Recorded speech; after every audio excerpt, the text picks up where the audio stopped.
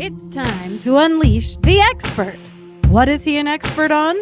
Relationships, sex, spirituality, and rediscovering yourself beyond the trauma. Get ready to unleash more purpose, passion, and pleasure in your life. Here's the expert himself, Mr. Brannon Patrick. Hey, everybody, welcome back. What a time to be alive, a time to just be here and grow and learn and experience all the things life has to offer. I hope that you're feeling some gratitude today, because I am.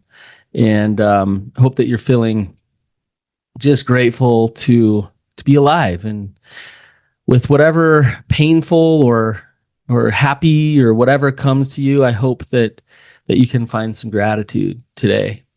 So I want to talk to you about who you worship. And for those of you who might be tired of me talking about the church, don't worry. This isn't an episode about the church. Although I might mention that a little bit today. But who you worship matters because it affects your relationships more than you know. And you might be worshiping things that you're not even aware of. So let me give you the kind of definition of worship that I'm talking about. Who do you turn to for your self-worth? Who do you turn to for your okayness? Who do you turn to know that you have value and that you're good and that you're loved? That is the question I'm asking today. Too often, we turn to the wrong things to try to get those answers. And the reason why they're the wrong things is because those things don't have the answers, and they can never give you the answer. So here's some common ones. One of the most popular places that we turn to figure out that we're loved is to other people. And I've talked about this in past episodes, where not caring about what other people think, realizing that we're all egocentric and worrying about ourselves anyways. But the reality is we turn to others. What that means is we believe that if we can get acceptance from other people, then we're okay. And so we live in this world where we're, it's this song and dance where we're trying to be exactly what we should be or need to be in order for us to be okay. Shame is our view of ourselves through someone else's eyes. That's what triggers shame is, they might see me as unlovable. Yikes, I better shame screen. I better put on the poser face or whatever I need to do in order to act like I'm good enough and I'm okay. So we worship the approval of other people, which is a big problem. It undermines us being able to be boundaried, to speak truth, even if truth might be hard for some people to hear, to be authentic, to be grounded, to be steady. All right. And one of the most common ones that I see and is such a problem is when you worship your spouse or your partner. And there's nothing that I believe that destroys relationships more than this. Because what it does is if I need my wife to approve of me and everything that I say and everything that I do, then any bit of frustration or sadness or even fatigue or whatever that she has, I'm going to have a really hard time with because I need her to be happy. And I'm constantly in a state of self-preservation and constantly out of a state of actually caring about how she's feeling. I'm more concerned about her liking me. And the paradoxical nature to this is if I cannot care that she likes me or not, she's going to like me a lot more.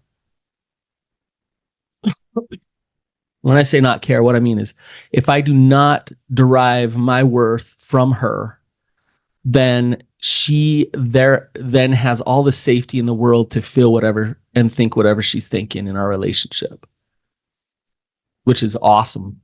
That's an awesome relationship. I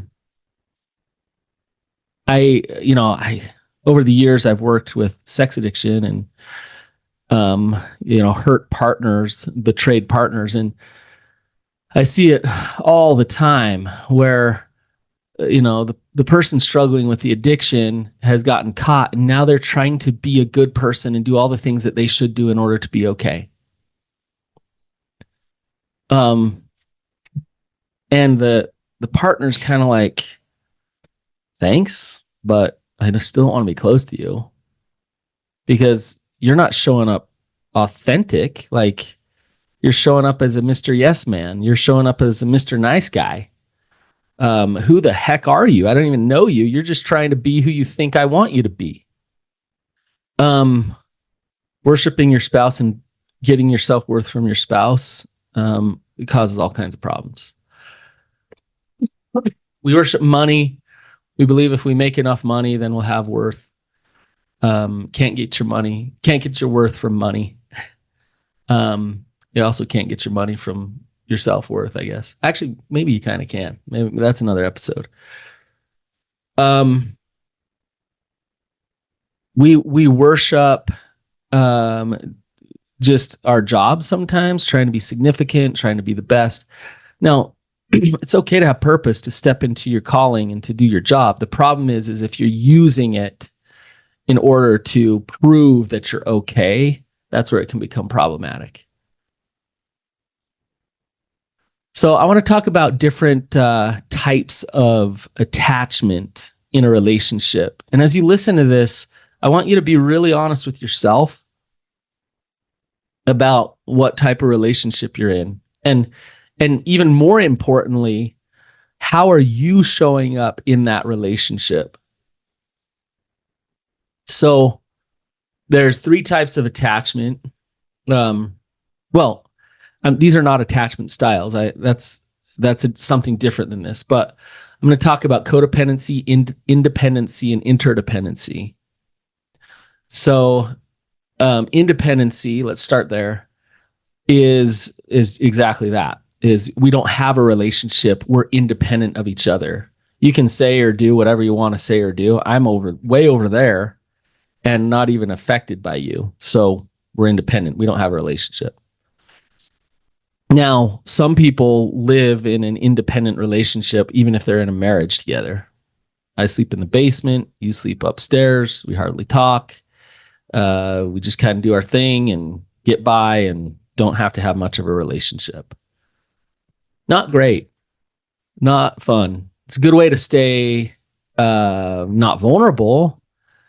It's a good way to not work on yourself and learn about yourself. It's a good way to just kind of hunker down and, get through life with a bunch of loneliness and lack of connection. So independency in a relationship is not great. So then there's codependency, and codependency is over attachment. And that's what I'm talking about when I talk about who do you worship. If you're worshiping your partner, then you're a codependent. You are over attached to them. They hold too many cards. They have too much power, and you are trying to give that to them. You are like, here, take it. Now, sometimes they'll take it, and sometimes they don't want to take it, but still, you're the one saying, please take it. I want to prove myself to you. Now, someone who looks independent can be completely codependent. I don't even care, so I'm not even going to try to talk to you. Well, that's a codependent because you care a lot, and therefore you don't want to talk to them because you care so darn much. An independent legitimately doesn't care. Signs of codependency. Having a really difficult time empathizing with your partner, especially when it's a painful thing. Always asking for approval about the decisions that you make. being scared to make decisions on your own, lacking healthy boundaries in a relationship because it might make the other person uncomfortable, being way overly clingy, not having your own life and your own space with each other. These are all signs of codependency. Share a couple quotes with you guys. Steve Atterburn, who I don't really know who that is, but he said codependency is a lifestyle where you focus on meeting the needs of others while neglecting your own.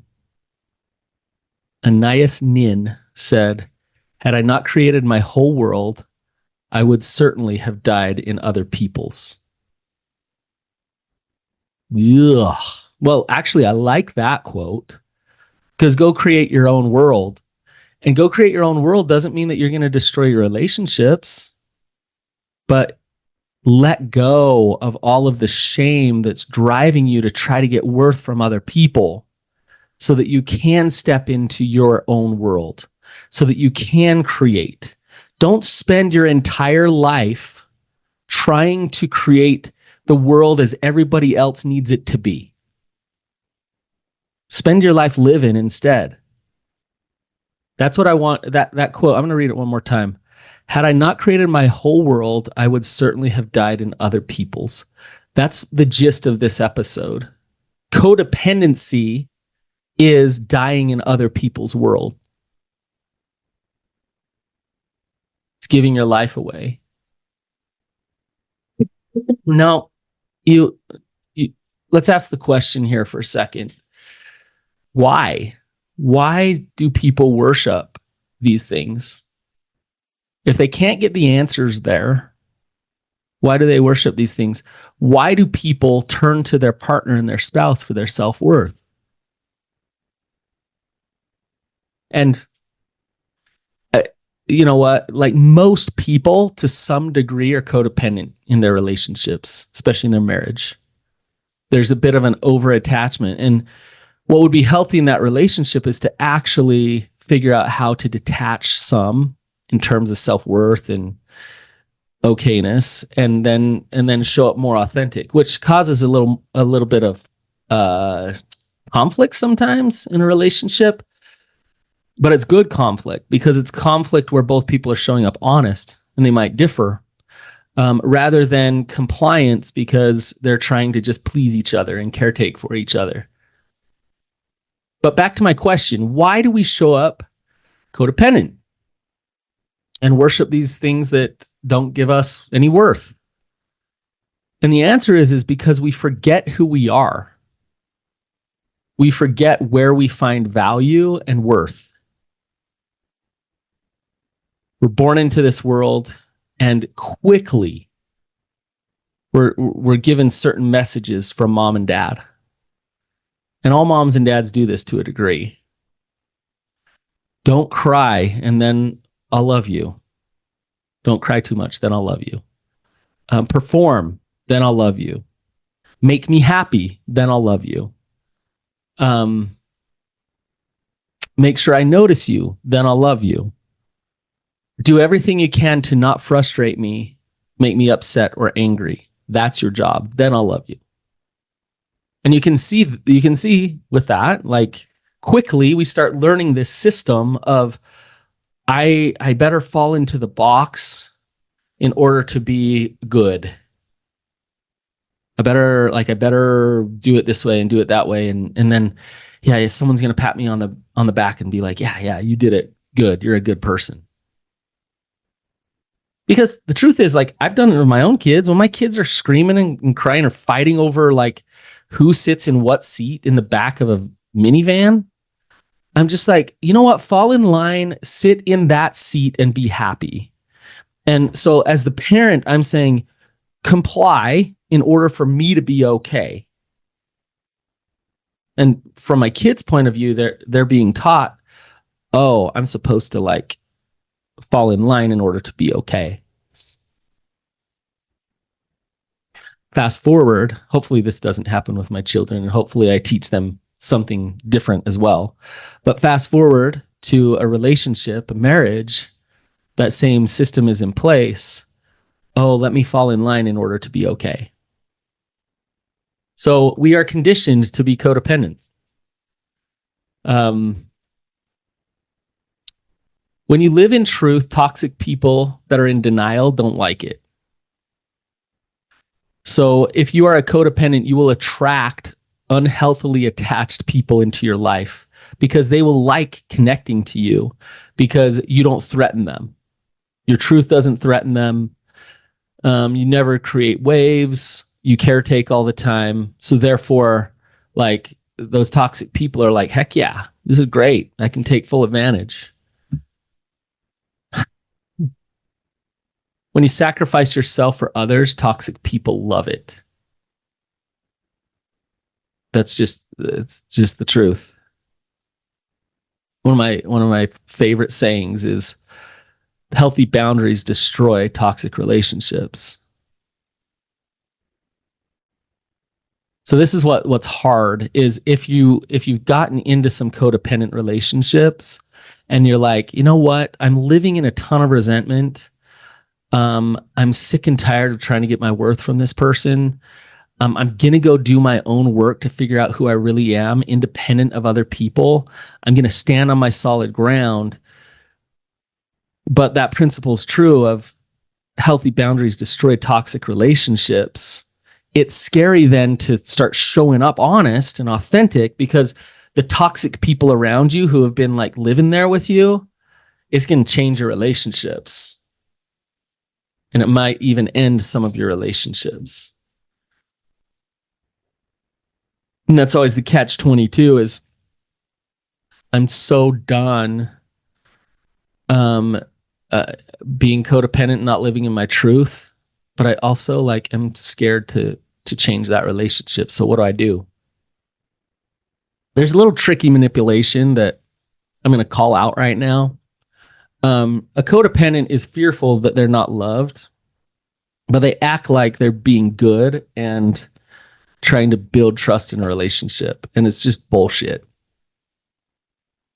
So what they do is they're like, oh yeah, you know, you want me to do that? I'll do that. And I'll do this and I'll do all these things. And it never builds safety and trust because a couple of things are happening. One is, you're not showing up authentically in the relationship. How can you ever build trust unless you're showing up honestly? So if you're showing up manipulating out of fear and trying to use that person for your worth, if you owned that, that would be honest.